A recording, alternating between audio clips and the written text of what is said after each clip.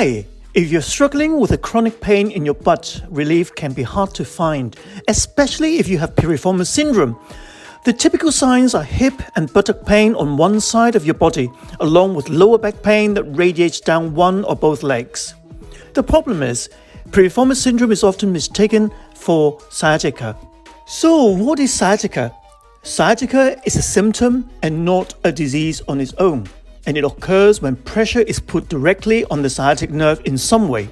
It represents the symptoms of shooting pain in the buttock and down the back of the leg. The symptoms can vary widely from mild tingling, dull ache, or burning sensation to severe pain that can cause immobility. The pain may get worse at night or after standing or sitting for a long period of time. Sciatic pain usually goes away within 6 weeks unless there are serious underlying conditions. Sciatica is often associated with back pain, but it can happen independently.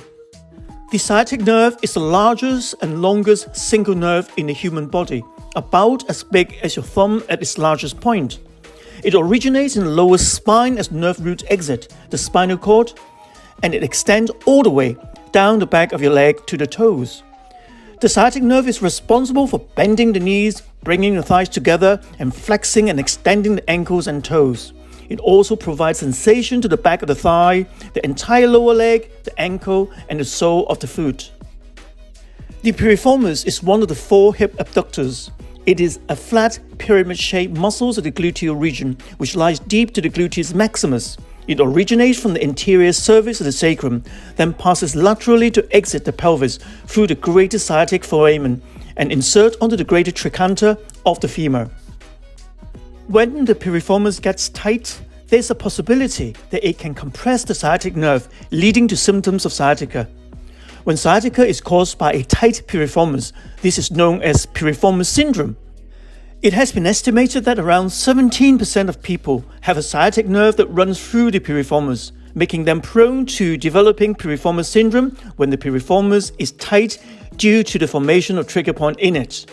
However, most cases of sciatica are not due to piriformis syndrome, but as a result of herniation of the intervertebral disc pressing on the roots of the sciatic nerve in the lower back. The problem is, piriformis syndrome is often mistaken as sciatica. Now let's take a look at the causes of piriformis syndrome. Well, your anatomy may be behind your piriformis syndrome. This is known as primary piriformis syndrome and occurs when you have a split piriformis muscle, split sciatic nerve, or an atypical sciatic nerve path. Secondary piriformis syndrome is far more common and is caused by inflammation of soft tissues, muscle spasm, or both, resulting in nerve compression. Direct trauma to the buttock can lead to inflammation, scarring, and contracture of the piriformis muscle. This might be the result of a major event like a car accident or a fall. However, the most common cause is the tightening of the piriformis due to the formation of trigger points. Trigger points are particularly prevalent in the piriformis, and they are a frequent cause of lower back pain. They can develop either through overuse, as in strenuous training and quick changes of direction, or through underuse, as in excessive sitting. Generally, in young people, piriformis tightness is a result of overexertion, especially relating to sports that require a quick change of direction, such as soccer, badminton, and tennis. In old people, it is a result of excessive sitting or prolonged immobility. If you are suffering from active trigger points in the piriformis, especially if you're experiencing the symptoms of piriformis syndrome, you need to consult a qualified therapist. Like most other muscles that are implicated in lower back pain, piriformis trigger points rarely occur in isolation and nearly always show up as a component of more complex lower back and hip pain complaints. If you attempt to treat these trigger points in isolation, you are only likely to get short-term relief. Because piriformis syndrome symptoms mimic those of sciatica, your therapist will perform specific tests to determine whether your symptoms are discogenic or caused by an impingement of the sciatic nerve by the piriformis muscle.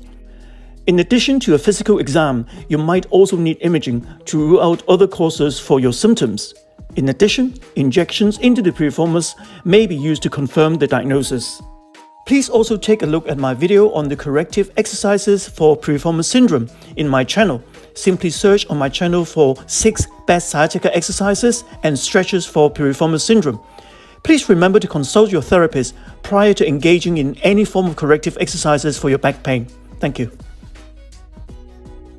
Thank you for watching until the end. If you like this video, please click the like button. Please subscribe, share and comment. Please also hit the bell so that you will be notified of any new future video release.